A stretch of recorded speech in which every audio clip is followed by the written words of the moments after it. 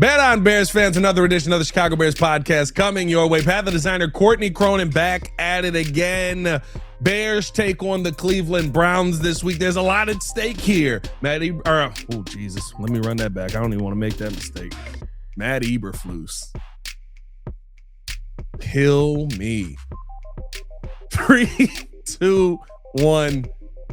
Bet on Bears fans, another edition of the Chicago Bears podcast coming your way. Pat the designer, Courtney Cronin back at it again. Bears have a lot at stake this week as Ben Johnson talked about how they desperately need this win. We got to talk about that, preview the game, talk about the weather that Courtney unfortunately is going to be in this coming Sunday, and the record that is on the line. All that and more on today's episode of the Chicago Bears podcast. Hit that like button, subscribe to the page, leave a 5-star review. Y'all know what to do. Today's episode, as always, brought to you by Underdog. Make picks, win money. Courtney, are you mentally prepared for this Sunday? Absolutely not. We just got in from practice. And it's like 26 degrees out. There's a little bit of sunshine out there, and I don't feel like I could have tolerated a full hour out there today. So Sunday's going to be fun. Sunday's going to be really fun. And I know that these players, both teams have to play in it. So it's not like you can complain and do anything about it. But I do think that it's going to be I'm sorry, anybody who says the cold doesn't affect me is a liar, because it does. It affects everything. It affects the way the ball travels. It affects how the ball can be kicked, as we saw with the landing zone issues for both teams last week. And I know Richard Hightower today said, I don't think weather had a factor in that. Like 2 breaths before that is talking about how weather affects how you kick the football. So it's going to play a factor in this game. And, with the wind factor coming off the lake, that throws another element into this that's kind of an unknown for right now. But it should be there's so much at stake this week that I feel like, coming off the Green Bay loss, coming off, their first loss in 44 days, this is a team that's very hungry to flush that very quickly and try to move on and get win number 10. And you know what? I think that, to me, is it. Maybe this comes off as a hot take to some people, but I feel like we're hearing a lot of, you got to be careful in games like this. These are the games you got to watch for. These are the Browns are a very, very bad football team. Their defense is very good. Mm-hmm. Their pass defense is much better than their run defense. This is a game that screams, and maybe, Ben Johnson has kind of gone away from what me and you have talked about on the pod on, this is a game you want to run the ball much more than you pass it. Maybe he doesn't do that. But I feel like this is a clear, hey, the Bears should walk out of here victorious, and it should be a game that speaks to them walking out with a strong victory. What I mean by that is our run game is one of the best, if not the best. I think it is the best now in football. That should help you in this style of game be able to dominate a Browns team who offensively is god-awful, and defensively, listen, we know what Myles Garrett is. Don't run at him. Anywhere he is, go the other direction, and you should be fine in this game. Am I weird for feeling confident in the Bears this week, Courtney? No. I feel like a lot of people are looking at this and going, it's a trap game. Yeah, I get the whole trap game argument. Kevin Byard talked about it yesterday, that it is something. You look at this game and think, okay, the Browns are a 3-win football team. They lost to a 1-win football team last week, a classic time that you could have a letdown when they can't afford a letdown. But they're 7.5-point favorites. They opened as that against this team. They're back at home where they play some really good football, and they have not lost a game since they played the Vikings week 1. There's a lot here that I think bodes well for them. And you bring up the run game, and that's something that Dennis Allen talked about, or rather Declan Doyle talked about today, just in terms of what did Tennessee do really well with Tony Pollard to get 166 yards rushing, to get him going early, to be able to stay on pace there, because there were a lot of points put up in that game. Yeah, the Browns offense is not great. They've got a lot of moving parts, injuries up front on the offensive line. But they still were, 2-point conversions away from being able to win this game. And I think that there's a lot you can do if you're Chicago to get back to what you've established as your identity, a team that grounds and pounds the ball to victory and is able to play opportunistic defense. They didn't do that in either of those things well enough in Green Bay. And I think that the Browns are a good opportunity to get back on track with those two. Yeah, and I think it's one where when you're trying to get your offense in order, right? The one thing that we've had offense in spurts, right? It's been the first and the fourth quarter. It's been the second and the fourth quarter. The good thing is it's pretty consistently the fourth quarter for this team throughout this season. But last week versus Green Bay, great third and fourth quarter, really struggling first and second quarter. And you look at that and say that could have been an opportunity for us to put that game away if you play well in the first half. I look at this game as almost like when you play Madden on the one side to try and get better, where you're just like, I just need to be better on offense. Not to say that I don't think the defense is going to have certain challenges. Quinshon Judkins is somebody you got to worry about if he gets away from you. You're playing against Tevin Jenkins, who knows some tendencies of this defensive line, practicing against them a ton. But like for the most part, I really feel like, Courtney, like this is one where if the offense puts together 4 quarters in this game of solid offense, you kind of leave this game, especially with the weather factor that's going to play out here, going, maybe they figured it out. This is the probably second or third best defense in football. That's a good offensive day if you have one. Yeah, I think they need that because they faced a really good defense last week. They didn't do so well. They faced a really good defense the week before, and they were great.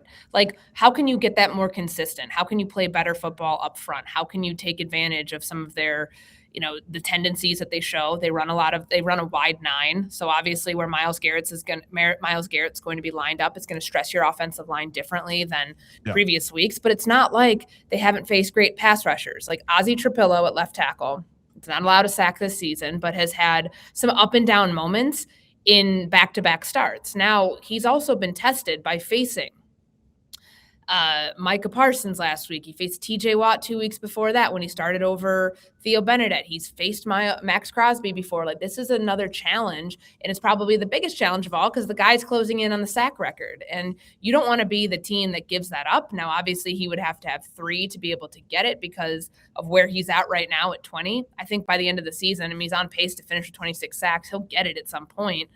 But to not be the team that gives that up, I think is certainly, I would call it like bulletin board material for this team. I don't think it's like their ultimate focus, but obviously you want to keep your quarterback clean, and Caleb knows that too. So this is a test where you have a defense that, as Ben Johnson said, not the most complicated defense in terms of the look, but like all of the things that they can run off of various coverages. Like that's going to really stress, your quarterback in terms of being able to identify those coverages, but also stress your offensive line. I love that my husband's so handy. He leaves more money for the important stuff. Whoa. Gosh darn it, Steve. Ow. Don't be like Steve. Call Avondale Roofing. DIY is for Pinterest, not your roof. Yeah, I mean, you mentioned Myles Garrett. We know the problems that's going to cause. Myles Garrett versus Ozzy Trapilo probably for a good chunk of this game. Listen, I don't care if it's Myles Garrett versus the best left tackle in football. Heck, one of the best left tackles in football, and Trent Williams, who played against him 2 weeks ago, maybe last week. Was it last week?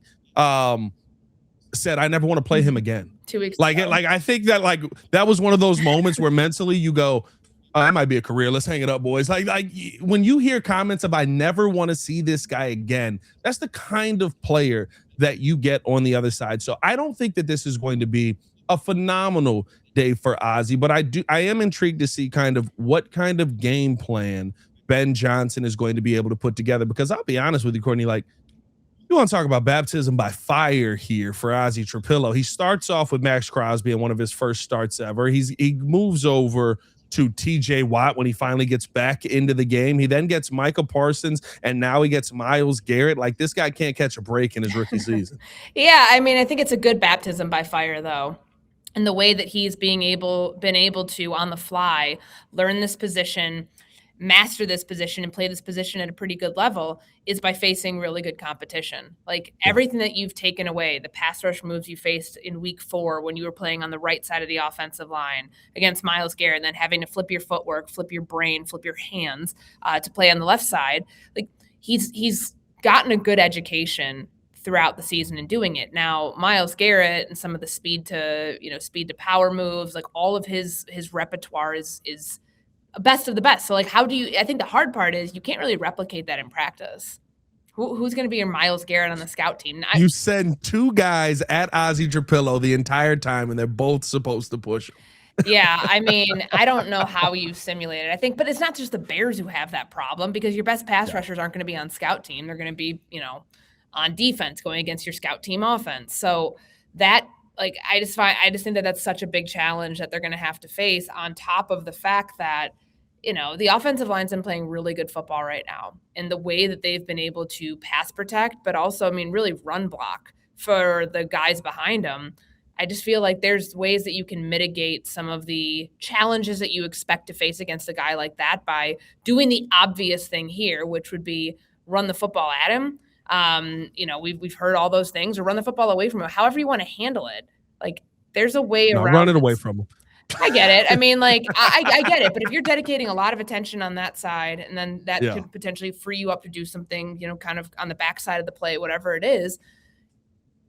I think there's a path forward here for them by starting out, like when they could talk about fast starts. I know it's not just Caleb in getting the completions and all of the, the layups, as he calls them, making a basket and seeing it go in. It's running the football early on, which they need to establish far sooner than they did in Philly, far sooner than they did. I mean, they did it in Philly, like on the first drive, but the second one was the one they scored on. But like sticking with it is probably a better way to phrase that, because that's what I think will yield you the fast start in the first quarter, where you're not playing from a double-digit deficit at halftime. And that is what I would like to see with the game plan here. The one thing, right, like when we get to the end of halves, when we get to the end of quarters, you look at the numbers and you go, oh, it was very much the same. Like it kind of ends up 36 passes, 35 rushes, or vice versa in that situation. The one thing, though, that I think Ben Johnson has had happen this season, and he's talked about it, he said is something that he needs to work on, is he gets locked in on something, and you see a lot of similar in a row, and then kind of on both sides of that, right? Like you 18 passes in a row at one point this season. You also had a drive where, and we praised the run drives more because the run drives are working better, but we also had a drive where you had, 16 runs in a row. Like those are the things to me that I look at and I say the balance of it is going to be so important versus this defense, because going up against a guy like Myles Garrett, there has to be that balance. Otherwise, you put your team in positions where you're setting them up almost for failure. And I know people say Myles Garrett, one of the best pass rushers we've ever seen. I think we need to change that. Myles Garrett's one of the best football players we've ever seen in this league. And he's one of the best football players in the league right now. I know he doesn't play offense, and so you don't feel the impact as much. The Browns don't win a ton, so you don't look at that. But when you see how he wrecks a game plan and changes everything, I think that balance has to be here to try and do whatever you can to possibly throw him off a little bit. Yeah, I mean, he is a game wrecker. Like that is the ultimate compliment you can pay a guy like that. And Ben Johnson saying that there's probably nobody else playing at the level, like he's playing at another level than everybody else in the league right now. You take all that into account when you're trying to game plan for a defense that has a player like that, and you have to have options. Like when he shuts down one side of the field, then where is Caleb going with the football? Are there can there be fail safes built in within the structure of this offense, within the concepts that it could give you a DJ Moore breakout game, that could give you a big outing from the tight ends, that could give you the running back production that you want? Like no team's going to go in and say, oh, well, Myles Garrett, once Myles Garrett takes away our game plan, we have nothing. Like, I feel like you have to put in different sort of if not A, then B, then C sort of plans for this team, because this is a team you should beat. This is a team that you should be looking at saying we have a more potent offense. Yes, they put up 28 points last week, but we have I think Kevin Stefanski's a really good play caller. I also think that they've not exactly handled what they've needed to do with their quarterback situation throughout the season. So they're playing from behind. They're trying to catch up. They're trying to get Shedeur in a rhythm. And he's looked good in moments, but I still feel like you've got the experience now, Caleb Williams, in 13 games, where he should feel confident outdueling a young quarterback when he's also a young quarterback, but also, with the offensive line playing the way that they are, with a run game that is talented enough and versatile enough that you can do a lot. You can run the same plays with both guys and make it look different. Like, there's just too much here that I think makes sense, knowing that, yes, Myles Garrett's incredible, but you also have a very talented team that should be able to capitalize on the fact that the Browns are a 3-win team. They're going on the road. They have nothing to play for. They play to wreck your season. Sure. I don't really know if teams really care about that much, but Like, they're trying to get an evaluation on their quarterback here. They're taking it seriously. So, like, you've got to take it. You cannot look past this thing as a gimme win when every one of these 4 games you have left are valuable. Yeah, 100%. And I love how Ben Johnson said that. I think I wasn't there yesterday, but I think it was Pat Finley who asked Ben the question about the 11-win goal. And Ben said, listen, we have our goals and we want to win as many games as possible. The reality is 11 wins may not be enough. I talked about this yesterday on the podcast. I love the fact that Ben Johnson, and it's maybe, again, there's a lot of this season why I feel confident that's attributed to Ben Johnson. When he said, we desperately need this win, that to me sounds like a head coach who is not taking any team lightly. No, that sounds like a head coach who says, it doesn't matter if they are a 2-win team, a 10-win team, a 5-win team, whatever it is. We desperately need this win because this gets us back on track and moving in the right direction towards and possibly past what the goal of this season may have to be. If you're going to make the playoffs, Courtney, 11 may not be enough this year. So I love the fact that he's coming in with that mindset versus a team who, honestly, again, like you just said, a lot of advantage Bears, but that don't mean you can take them lightly. No, and I think that they keep reiterating they're not shying away from that 11 figure. Like Ben mentioned that he was the first person publicly of this organization to say it's going to take 11 to get in. Now he's got players talking about that and understanding like there's no margin for error here. Yes, there's 4 games left. So like if you get to 11, you split 2 and 2. I still think you will be feeling so much more confident if you go 3-1 in the stretch. Now that's easier said than done because Green Bay comes to town a week from now. You've got San Francisco who has an okay defense, but they're still a 9-4 team. They've got a better record than you in conference play. And then you've got Detroit, and all that sets up for is a week 18 game that's really going to matter. Like, it's kind of like is akin to the feeling of why can't they get off to a faster start? Why can't they do the things on offense that they need to? Like, don't wait until it's too late. Don't wait until you're playing catch up in the playoff race. Like, do it now. Get this win now. We're not suggesting anybody's looking past Cleveland, but it's like you have to win this game and you have to win it in convincing fashion to feel pretty good going into that Packers game 6 days from that time because there's just no room to mess around with that. Yeah, and it's not to say that you feel like any of the other games are less important, but this game makes the Packers game, it keeps it at the importance where it's at, right? If you lose this game, now you're sitting there like this is a dire win that you have to have versus arguably the best team in the NFC, just to maybe hold on to the wild card spot right there, right? Like, if you win this game, we don't know what's going to happen in Green Bay this week. The opportunity is there for them to lose versus the Broncos. And if they do, right, everything kind of falls back into place where it was.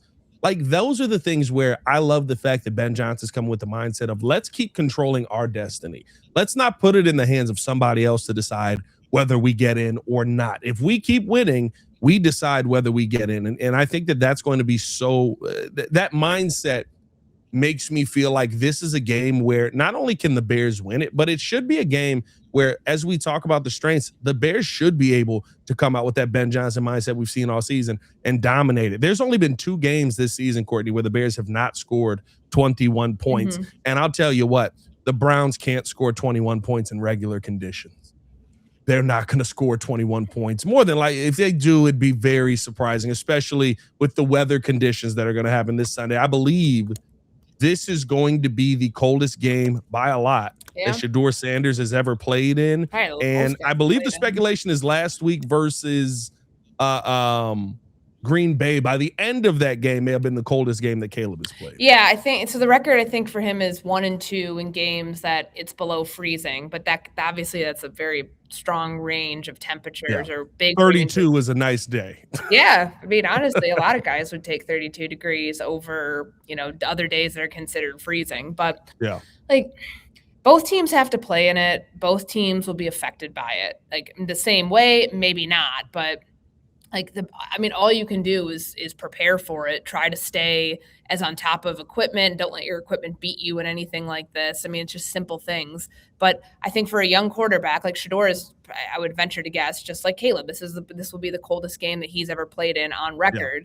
How do you adjust to that? How do you not let that become a mental thing. And these guys are paid a lot of money. They're tough. They're athletes. I get it. They practice in these conditions. They do everything they can to prepare for it. But I still think there's like an element of it like you really can't prepare for. And I'll be very curious to see with that win factor on the lake, how much that factors into the kicking game, the coverage, and, by proxy of that, the coverage units. Like, we know that Ben Johnson wasn't happy with that last week. Yeah. Jairo Santos has kicked quite a bit at Soldier Field in bad conditions before. Yeah. So you would like to think that he would have the upper hand there, just being this is his home stadium. Whether they're going down there this week to kick or not seemed kind of up in the air from what Richard Hightower said, but it's a good opportunity to get back home. They haven't been home since the Steelers game, and to use that crowd to their advantage. It's I guess the underlying story, the weather is probably the biggest story in this game.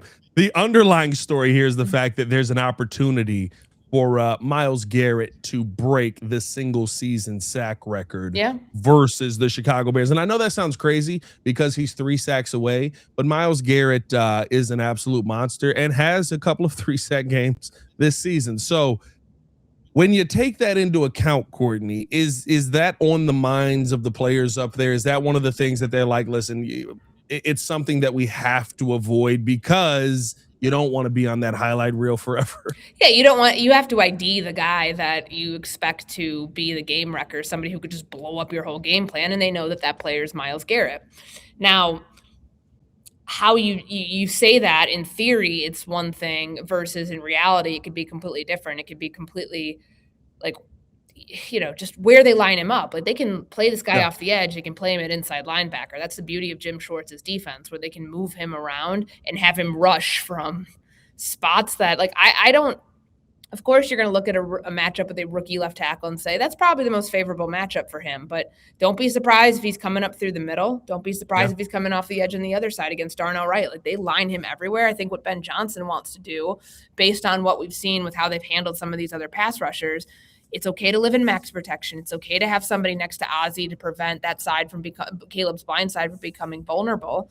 And you just have to be aware of where he is at all times. Like, you cannot falter and be like, whoops, like, how did he get in the backfield? Nobody was accounting for him. He can never be a free rusher. But, like, this is where you deliver all your attention this week in trying to slow, not stop, because you'll never stop a player like that, but slow a player like that down.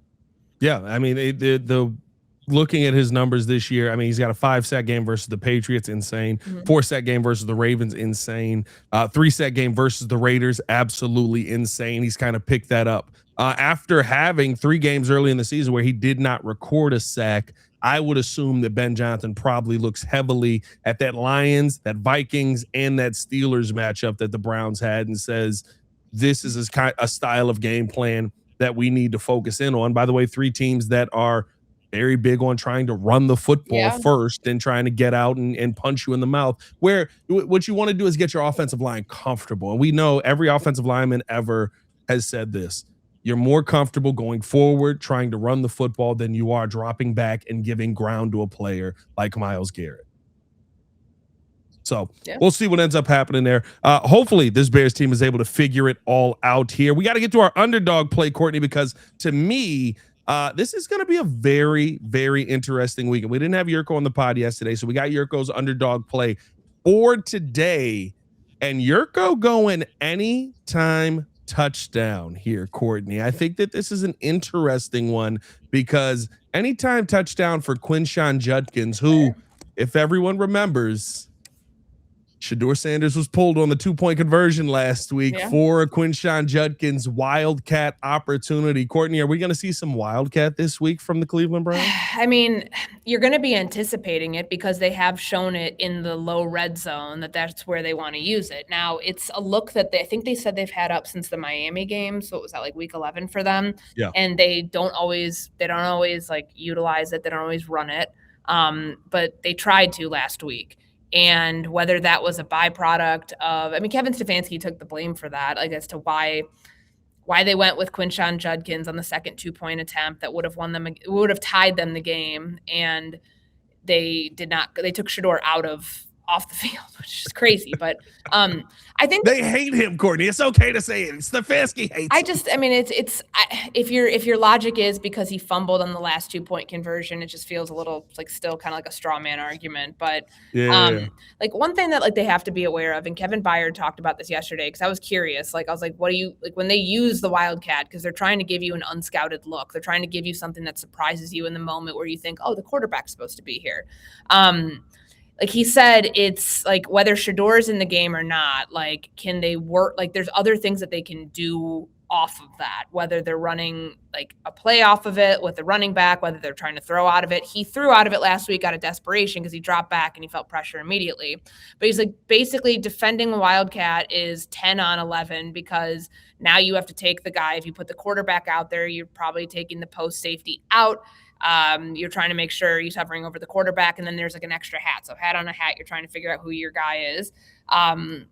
And he brought up like the experience he had going against it with Taysom Hill in New Orleans, all those years that he was in, all the years I guess he would have faced them, which would have been with the Tennessee Titans. So he's a good running back. He has 7 touchdowns right now. Yes. He's very much like been the constant when they've had this rotating cast of quarterbacks. He's been the constant that they've leaned on this whole time.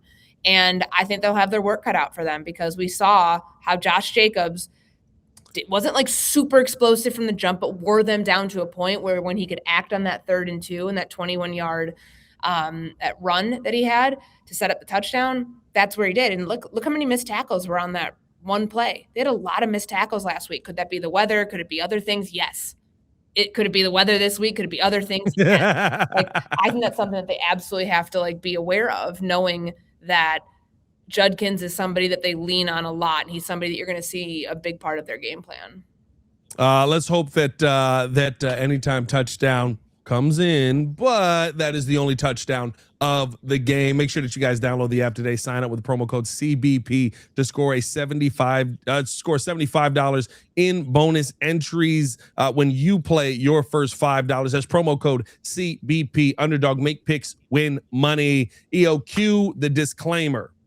Must be 18 years or older, 19 or older in Alabama and Nebraska, 19 or older in Colorado for some games, 21 or over in Arizona, Massachusetts, and Virginia, and present in a state where Underdog Fantasy operates. Terms apply. See assets.underdogfantasy.com/web/play and get terms _DFS_.html for details. Offer not valid in Maryland, Michigan, New Jersey, New York, Ohio, and Pennsylvania. Concerned with your play? Call 1-800-GAMBLER or visit www.ncpgambling.org. In New York, call the 24/7 Hope line at 1-877-8-HOPE-NY or text HOPE-NY 467-369. Welcome back in here to the Chicago Bears podcast. Pat, the designer, Courtney Cronin, back at it again. Appreciate you guys for tuning in and showing love as always. All right, Courtney, let's finish it out with this. Does the Tim McCarver connection come in at all this week? Have you seen any of this on Twitter? No, what is that? They think so. There's a rumor that and it is not true. We have already debunked it, but there was a rumor that was started that Kevin Stefanski and Tim McCarver were related, and that's why he hates Shedeur Sanders. No, I'm just joking in that sense. The Browns fans are trying to figure out any reason to take Shedeur out in that moment. But how do you feel like this game does play out here in Chicago? I think that everything they've talked about the last couple of weeks of starting faster comes down to set the tone with the run game. The Tennessee Titans were able to do that pretty regularly, especially like early on in that game, like they're going back and forth. So like, there was, the score at halftime was 17-14. So it was a close game. So and this was a close game throughout, but I feel like because Tennessee had the early edge, they were able to carry that. And honestly, some of the mistakes that the Browns offense had, they were able to carry that till the very end. So if you're Caleb Williams, when you talk about everything goes great, and then there's like one little thing that messes up a play at the end or ends up killing progress, like identify what those things are earlier in the game so then you can fix them on the fly, because this team can't get into another situation.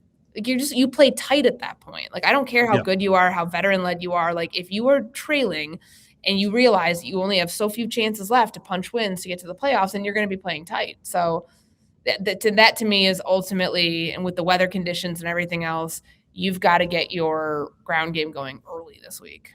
Yeah, very early. I think this is one where the Bears will establish that ground game. This is one where they find a way to dominate in the run yet again. And like we've seen them versus versus one of the best run defenses in football last week versus the Green Bay Packers. Did it take 4 quarters to wear them down? 100%. By that fourth quarter, we were looking like a well-polished machine. I don't think it's going to take that this week versus the Cleveland Browns. So I've got a Bears win. I got the Bears getting back on track, and we're 10-4, and everybody calms down on Twitter and in the YouTube comments, Courtney. Yeah, I've got them winning too. And I think there's like, you know, you just think about like what they learned in Green Bay. That's a really good football team. That's a team that they almost beat. Like, you now know the tools that are going to be required of you to beat really good teams, to beat teams that you could see again in the postseason, team that you're going to see again in 2 weeks.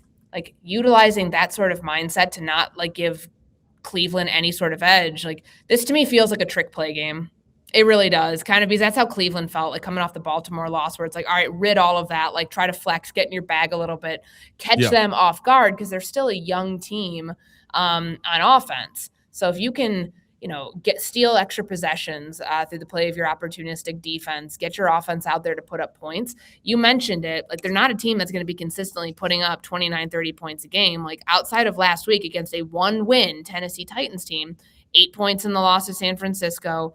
They scored 24 against the Raiders, but the Raiders are not very good. 16 points against Baltimore, 20 against the Jets, 13 against New England, 31 against Miami. That was the Week 7 game. I don't know why I said Week 11, but Week 7. Like, they're very inconsistent offensively, and I think that the Bears have found a very nice groove for themselves to where you can put up a lot of points. I mean, they were a touchdown away from tying that thing and having the confidence to go go for 2 and get out of there with the win. Carrying that over, I think, puts them in a good spot.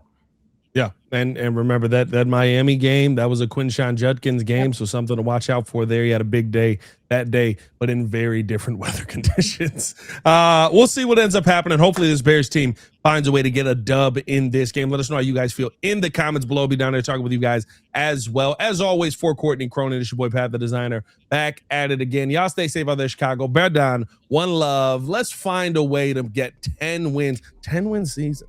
First time since 18. Sweet cheese. Peace.